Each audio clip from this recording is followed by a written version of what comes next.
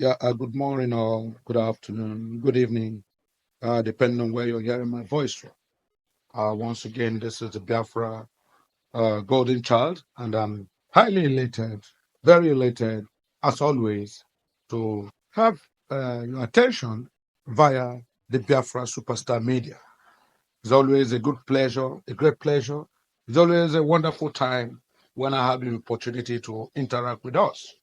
Yes, today I'm going to be very blunt. I'm going to be very brief, and I'll go straight to the point. I want to call a spade a spade. You know, yeah. In one of my last videos, where I talked about the Yoruba's, struggle for self-determination, that culminated in their taking a letter to number 10 Downing Street, to the British Prime Minister, yes, Mr. Keir Starmer. You know, I said and I told every one of us that whatever these people were doing, I see it as a charade, as a make believe, as a subterfuge, as a deceptive uh, uh, modus operandi, you know, to, to disorganize and to make Biafra look uh, look small. I said it was an attempt by the Yorubas to make the genuine efforts and struggles of the Biafra people look like a child's play.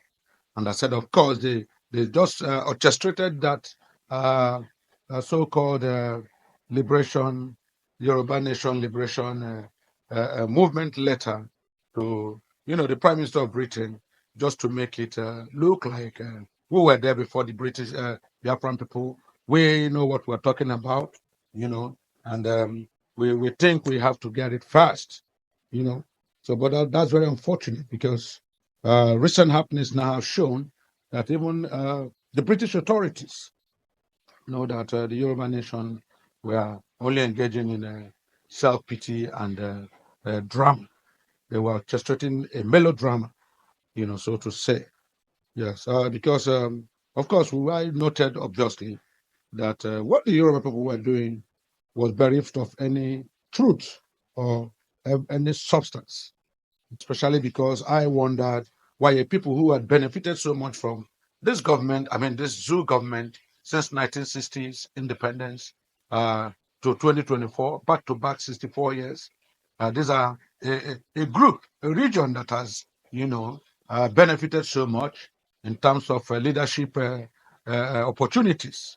I mean, I noted that the Yorubas have back to back between that 64 years had successive Yoruba uh, uh, uh, uh, figures and individuals rule and administer this country. I mean, over six of them, by the last count, if not seven, if you have to include the interim government that was foisted on Chifena Shoneke. So I was wondering, these people who have been benefiting, who have been, enjoying, side by side, pari passu with the northern, you know, lords and, Fulani Hausa hegemony. Now, what are they agitating for? I mean, they are the champions of the banking industry. They who have the oil industries. Indigenization policy favored them, where they took over so many uh, of the businesses and the conglomerates that the British left after they left Nigeria after independence. I mean, the UAC today, the Toyota Motor, SCOA, and all that, all the big corporations that the British left, that the colonialists left, the Yorubas are at the helm of affairs. And so when they said they wanted to leave, I was wondering, I mean, what's your talking point? Yes, what's your talking point? Back to back 64 years, you have enjoyed, you have not had any commotion, there's nothing that has bothered you, nobody has threatened you, nobody has in any way assaulted, humiliated, or almost tried to disseminate your people.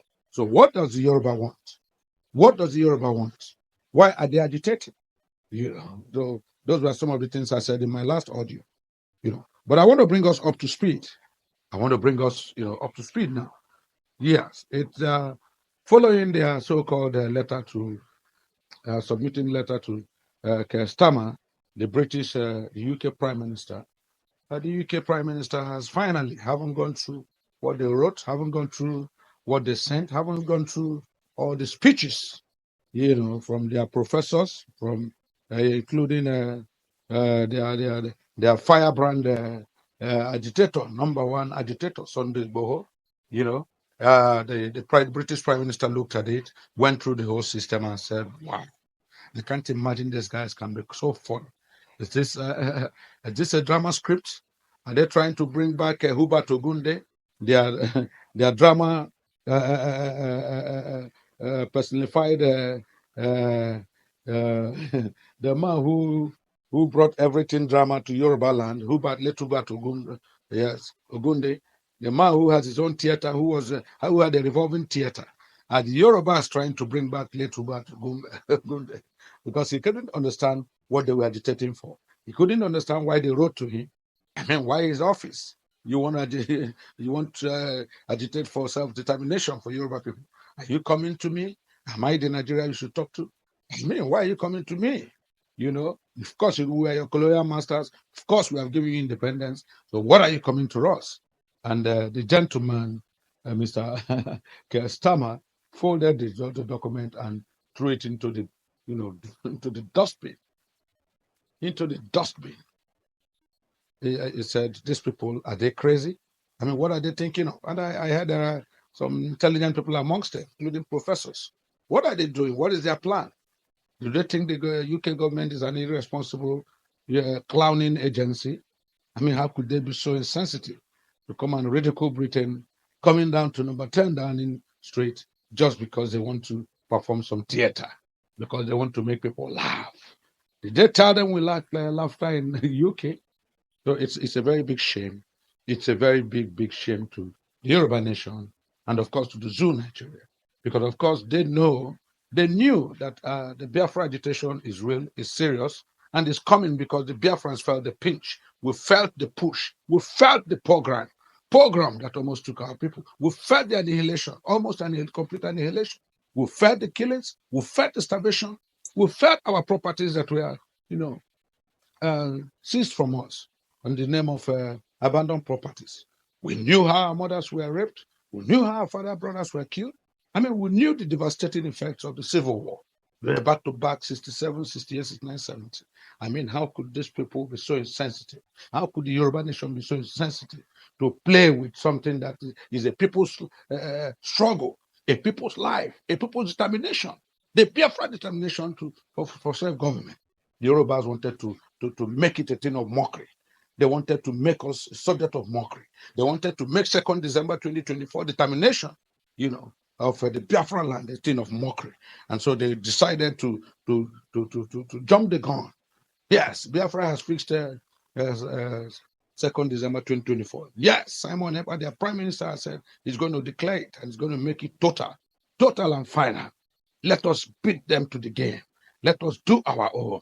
Let us hit 10 Downing Street. Let us get the world to look at us before the Biafra people will shine. Yoruba usual attitude of jealousy, envy, pathological hatred for the Igbo. They said, let us jump the gun. Let us get the awareness first, so that when anybody who wants to make any reference to any agitation in Nigeria will first of all talk of the Yoruba nation. I mean, they should know that we started it. Yes, we were the first to talk to our colonial masters. We sent letter to 10 Downing Street. Biafra came later. They wanted to be first. Well, it's not about being first. Sunday Igboho and co. Can you listen to me? It's not about being forced to be heard. Not about being the one to hit the race. No. We are talking of a people, we are talking of an experience. We are talking of a devastating experience. We are talking of people who saw their fathers, mothers murdered. We are talking of people who were deprived any access to the air, any access to the street, rivers, oceans, any access to land, back to back for 5 years, where they had no access to medicines, had no access to humanitarian aids, there was no access to food. Children lacked food, lacked the basic amenities in food. I need a good diet. No. And so people suffered, children suffered kwashoko. The sick, the old they were feeble. They were feebled by the devastating effects of that war. where they were hungry, where they were starved deliberately, where to get anything to eat was a Herculean task. And so why should the Yorubas, why should the Yorubas try to ridicule the Biafran struggle? I mean, you want to agitate for self-determination. How did you do it? Would you be going back to the colonial masters? I mean, I don't get it. Okay, Sunday Boanko, you want to be free from Nigeria. From what oppression? From what devastating effects? From what experiences? Your brother, your own person, your Emilio Khan, your Jagaban is the president of the zoo called Nigeria. And he has put all his acolytes, all his brothers, all his party people, everyone, including his in-laws, have been put in forefront of every administrative cadre in the country. I mean, who are the highest beneficiaries of this so-called Jagaban regime? Is it not his brothers? Is it not the Yorubas? And you are coming. You have the effrontery. You have the guts to come out and say, yes, we are going to turn down the street. Come and follow me, CNN. Come and follow me, Fox News. Come and follow me, everybody. Come and hear us. The Yorubas have started the agitation. Yes, we did it before the Biafra people. Yes, we don't believe in one Nigeria anymore. Yes, we think it's our time. It's our time to stand up. It's our time to take our, future into our hands. Can you hear yourself? Can you hear yourself? That is clowning. That is ridiculous and highly ludicrous. I can't imagine that professors, highly intellectuals, were, they were befuddled into taking this kind of path, taking this route at this 21st century. I mean, are you trying to make a mockery of yourself or what? But in the first instance, even if you want to, seek for self-determination for the Yoruba kingdom, where do you go to? You're still going to the colonial masters? You're still going to the UK? The UK that you know, ab initio, has always had a very, very, very criminal love for the northern region. Ab initio have endorsed the northern region, the Fulani hegemonists, the Fulani Hausa, to be in complete control of the so-called country called Nigeria.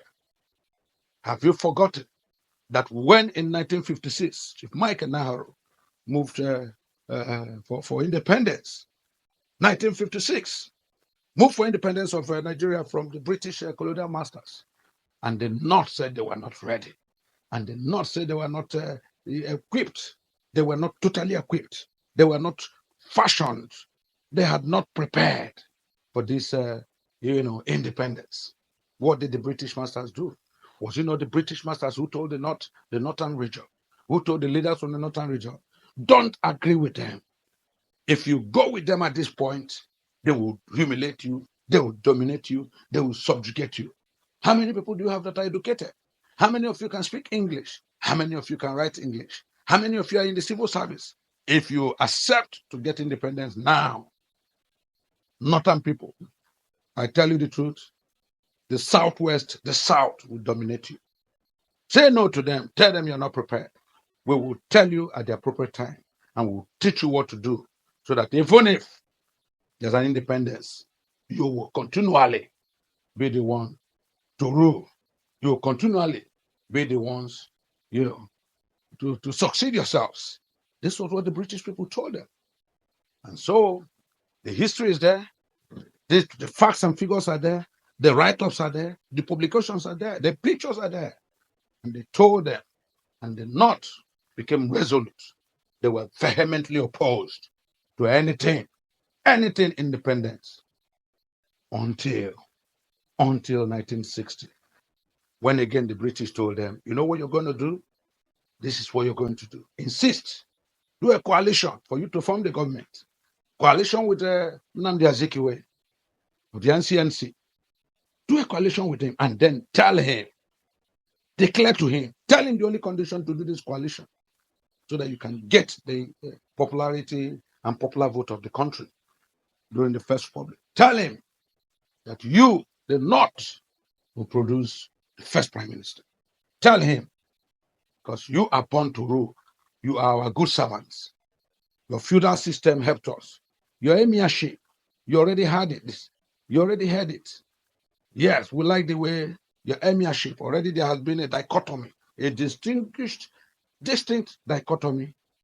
You had it from the top, beginning from the Sultan down. You had classes, chiefdom that we could use, because already you had the up, you had the middle, you had the talakawas, the ordinary floor.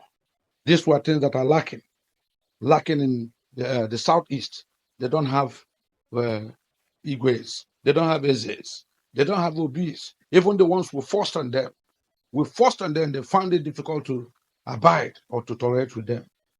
The Igbos, the southeast, they are Republicans. I mean, they are people who don't feel they need any Eze. So the Eze for them is a mere figurative expression. The Yorubas had Obas, yes. They had Obas. We will use part of it. But most of the time, we find out that these Obas were not as strong as the Sultans in the north. They are not as strong as the Emirs. So you people, you have it all. Tell them, tell Dr. Nnamdi Azikiwe, if we agree to, a coalition with you so that you form the first government, the first republic after the independence, you, the North, must provide and produce the prime ministership. And so the North heard it and they were happy because, of course, they knew they had a great friendship. They had a great leadership. They had a great promotion in the United Kingdom. They had a great alibi and ally from the United Kingdom. And so ever since, it has been the same thing. It has been the same 10 and 10 pence. The northern region has always been in charge. I mean, they have been told they were born to rule. Uthman Dan Fodio told them, you are born to rule. Anywhere you go, assert yourself. Take up their lands, assert yourself, take up leadership. You are born to rule. If they don't like it, delete them. If they don't want it, delete them.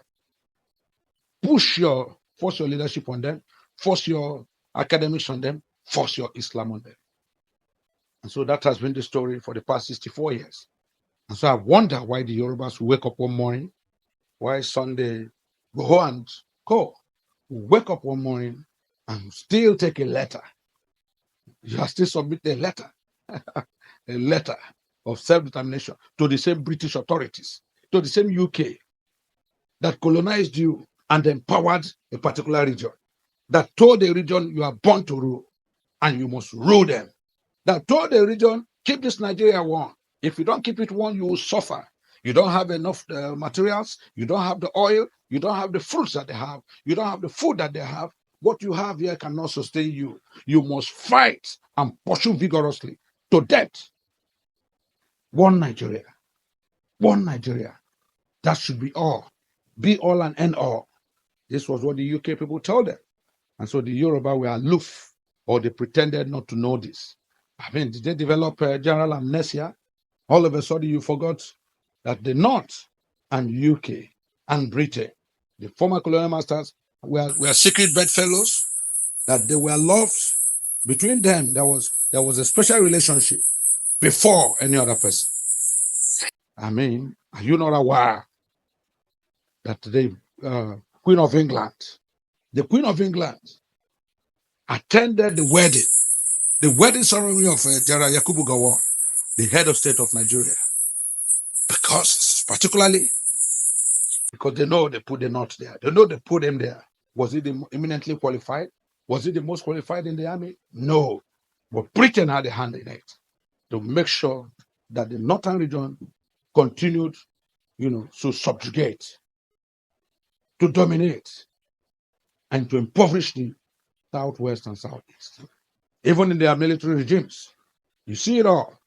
Every time there's a military regime, every time there's a coup, the Hausa man that takes it over, makes any other region, could be a Yoruba man, the second, or an Igbo man, a pitiable thought.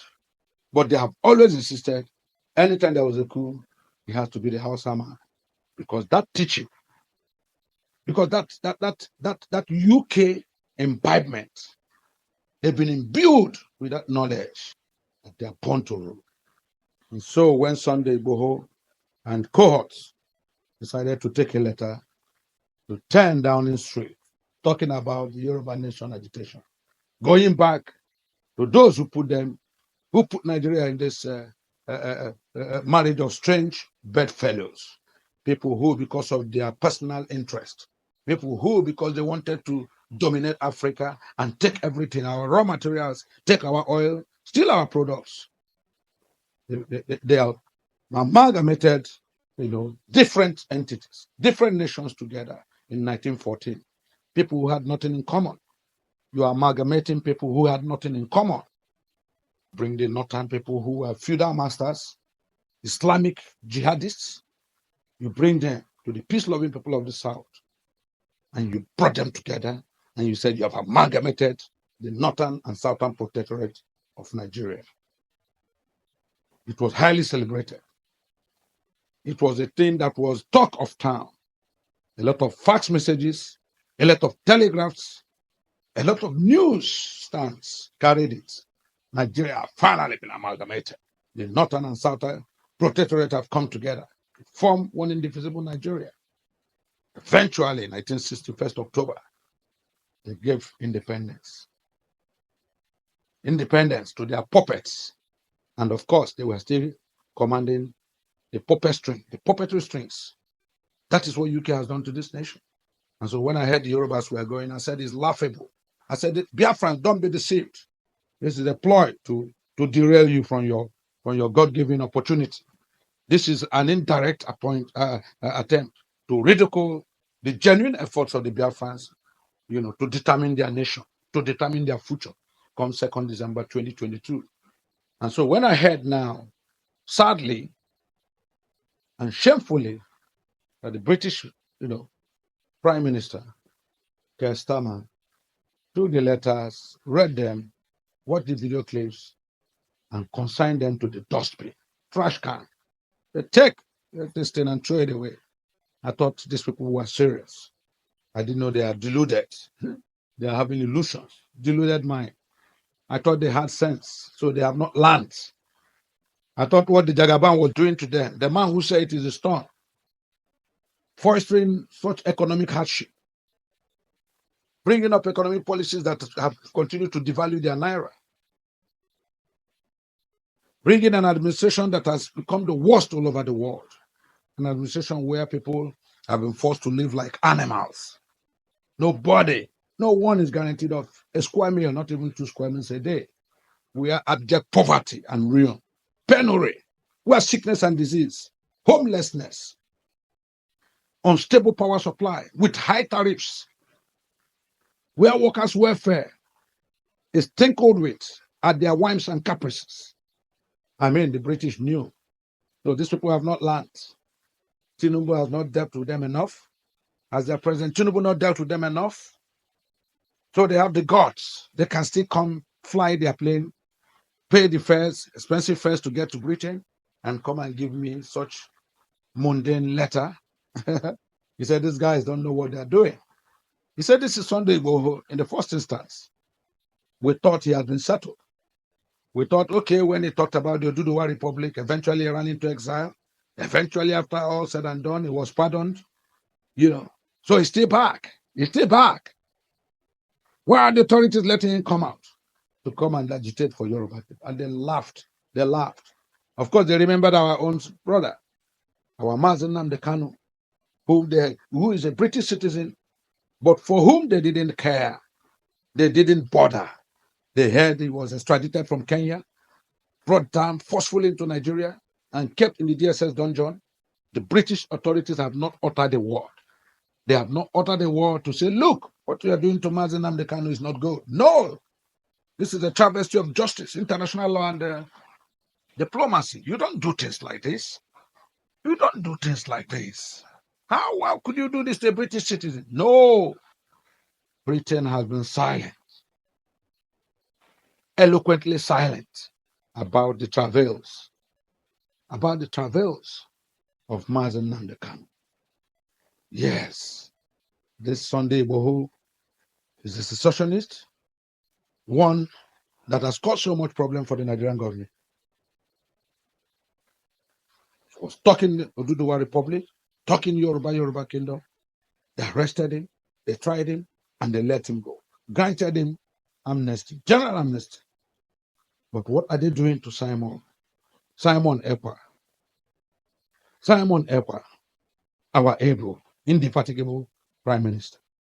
They are watching, the whole world is watching, while Nigerian government is declaring Simon wanted, dead or alive. Declaring Simon Ekpa wanted, dead or alive. Where the Nigerian government is spending billions of taxpayers' money to invite the prime ministers and the foreign affairs ministers of Finland and Scandinavian countries to come down to Nigeria and sign pact with them to hand over, repatriate Simon Ekpa, hand him over to Nigerian government on a platter of gold. They are watching, the British governments are watching, and everybody has been silent.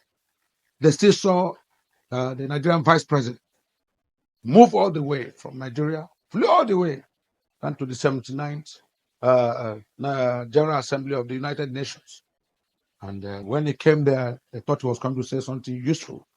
But instead, he cornered the president of Finland, Alexander Stubb, honored him and held the gentleman to, a very lackluster 7 hours meeting, talking about Simon Ekpa, talking about the desire of Nigeria to get this man arrested, dead or alive, saying they want him, begging Alexander Stubb to bring him back, that he was a secessionist, he has made Nigeria ungovernable, he is running a parallel government from exile, he is doing the problem of the Southeast, he has forced people not to do economic activities, he has done that, he has done this, he has promised to declare a sovereign state of Biafra. Get him for us, Alexander Stubb. This is our chance. Get him for us, and we'll do anything you want. We'll empower the Finnish authorities with anything they desire, anything they want. So far, you give us Simon Ekpa. So the British authorities were there. They have seen it, the plight of Mazi Nnamdi Kanu, the threats and constant threats and continuous threats against the life and personality of Simon Ekpa. They have been silent. Meanwhile, Sunday Igboho is moving free. He's a free man. Sunday Igboho is free, pardoned, granted general amnesty. Meanwhile, our Mazi Nnamdi Kanu is, expressing the worst form of treatment, worst form of deprivations at the hands of the DSS zoo people in Nigeria. What a shame. What a shame. What a shame. But hey, I got news for you. Simon Igboho and co. And all these so-called people who are talking about agitations, even the North have started talking about their own, because they see the Biafra people who felt the weight, who felt the pains, who were shattered, people who went through the highest level of dehumanization, subhuman, just akin to what happened to the Jews under the Hitler regime in Germany, Nazist regime in Germany. I mean, the North all suffer. The North were the ones who perpetrated most of the evil against us, with their connivance with this so-called European authorities, including Great Britain. Because when General Gowon declared no more entry through the sea, no more entry through the air, no humanitarian planes will be accepted. Of course, Britain was silent. Of course, British authorities were silent. And people were dying. People were dying of starvation and sickness. No medicines. Human Red Cross could not enter. Nobody could save the Biafra people. British Prime Minister looked the other way. He looked the other way while the Biafrans were suffering, were gradually being annihilated, almost completely. And you think it's wise to take your cries for agitation, self-determination to these same people who colonized you, who fostered this wicked northern hegemony on Nigeria, who told them they were born to rule, who told them they should never accede power to the south or southeast, who told them emphatically that the Biafrans, when given a chance, who sell this country called Nigeria, who dominate you and turn you people to slaves. That's the European masters. That's the people Sunday Igboho took his letter of self-determination. You want the Yoruba nation to be a country and you're going to Britain? Sorry, Sunday Igboho. Sorry. Sorry, you and your cohorts didn't read. You should have read the handwriting of the war. You should have followed, the packages, the procedures. You should have followed the patterns, the strategies, modus operandi of Simon Ekpa, our indefatigable prime minister, who has sent the whole message around the world, who has continued to make proclamations, who have continued to make declarations, who have continued to make sensitizations, publishings around the world and letting the world know that, yeah, my people have suffered enough. Enough is enough. We should call a spade a spade. If you don't want the Biafran, say you don't want them. We know we are not wanted, and so we want to move. We want to move on because we want equity and justice for our Biafran people. And we're looking forward to that. Biafra struggle didn't start today. It started way back as an aftermath of the first coup in January 1966. It started as an aftermath of the second coup of June 1966. It started as the aftermath of the failure to accept the declarations of the Aburi Accord. Yes, it started as an aftermath of the civil war orchestrated against the Biafra people by the General Yakubu Gowon-led government, which was fully accentuated by the British authorities. Yes, that is the history of Biafra. Yes, that was where Biafra stood up. Yes, that's the agitation of Biafra. Biafra are a collective people who have suffered and feel they have suffered enough. Biafra are people who are almost completely annihilated. Biafrans are people who still hear the echoes of the cries of their dying relations, mothers, fathers. They hear it. They hear it. It's in their ears. Biafra are a people whose children suffer the highest level of deprivation. No food, no nutritional things, and they suffer kwashoko and died. That is Biafra. Biafra are people who, after the so-called civil war, no matter how much they had, were gifted with mere 20 pounds so that they will remain perpetually poor.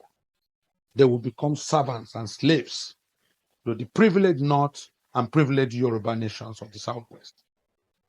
Yes, but we thank God that 20,000, that 20 pounds multiplied because of our ancestral heritage with the Jews, because Yahweh, God, our Father and Omega, was with us, was with the Biafrans. And so that 20 pounds did not finish. Like I said before in one of my audios, it became more like the oil of Zarephath's widow that fed Elijah continuously and continually with oil that could barely last for one meal. And Elijah was fed and fed. So our Father is with us. Our Lord is with us. We are not afraid. We are looking forward to 2nd December 2024, when our indefatigable, our ebullient, our articulate, our brave and highly articulated Simon Ekpa will declare the independent state of Biafra, the United States of Biafra. And so on that day, the Yoruba should watch us and see how effective our leadership style will be. They will see how our declaration will be. Because, of course, we're not doing it. We're not going to turn down in hall, down in street. No. We're not going to the British Prime Minister. Our views, our actions, our promotions, our declarations will be a worldwide affair. That is it. That's the hope of Biafra. That's the hope of the people of Biafra. So I encourage every freedom lover of the world. I encourage everybody who believes in Biafra and the spirit of Biafra. I encourage all those who believe in justice and equity, those who have considered the plight of the Biafrans, who have considered what the Biafra man has gone through. I want to believe that you all rally around, encourage, and motivate our dear Simon Epanjo on that day. Yoruba Nation, well, the British minister has said it. He said your so-called agitation is a fluke. Said it's a ridiculous idea that the people who are supposed to be an educated people, a privileged people in Nigeria, are coming to talk of self-determination and bringing a letter to Downing Street. He said he's appalled that you are trying to bring back the theatrics, the theater, the performances of the late Hubert Ogunde, the theatric giant of the Yoruba land. Laughed and said, this is highly ludicrous. This is ridiculous. This makes me laugh. Sorry, Sunday Igboho. Sorry, but I have to consign this letter to the trash can. It's a sorry one, Yoruba Nation. Sorry one. I wish you guys the best. Pray for us, watch us, and wish us well. Because, of course, Biafrans are the most disadvantaged people. Biafrans are the most endangered people in the 64 years of this zoo called Nigeria. And God knows our every effort, our agitation is genuine. It's born out of a direct experience of almost total annihilation, of deprivation, of subjugation, of being made to play second fiddle at every opportunity. No, enough is enough. United States of Biafra, come 2nd December 2024, is where we anchor all our hope. Thank you, gentlemen. Thank you, ladies and gentlemen. Let's look forward to 2nd December 2024, when our great Prime Minister, Simon Epanjoko, will, of course, announce, proclaim, and declare the United States of Biafra. God bless you all as we wait till that day. God bless you. Thanks and goodbye.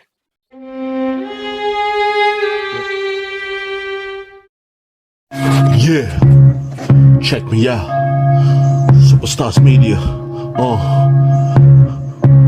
Lord Logan, Bloomington, Lord Logan, and it's Wild Flora Show. 1914 amalgamation is what we dying for. 3 nations to 1 nation, ever since annihilation. Nepotism is nonsense. You and you, clap your hands. Biafra gonna come, clap your hands. Biafra, Oduduwa, we're free now. Freedom is gonna come, we're free now. Yeah.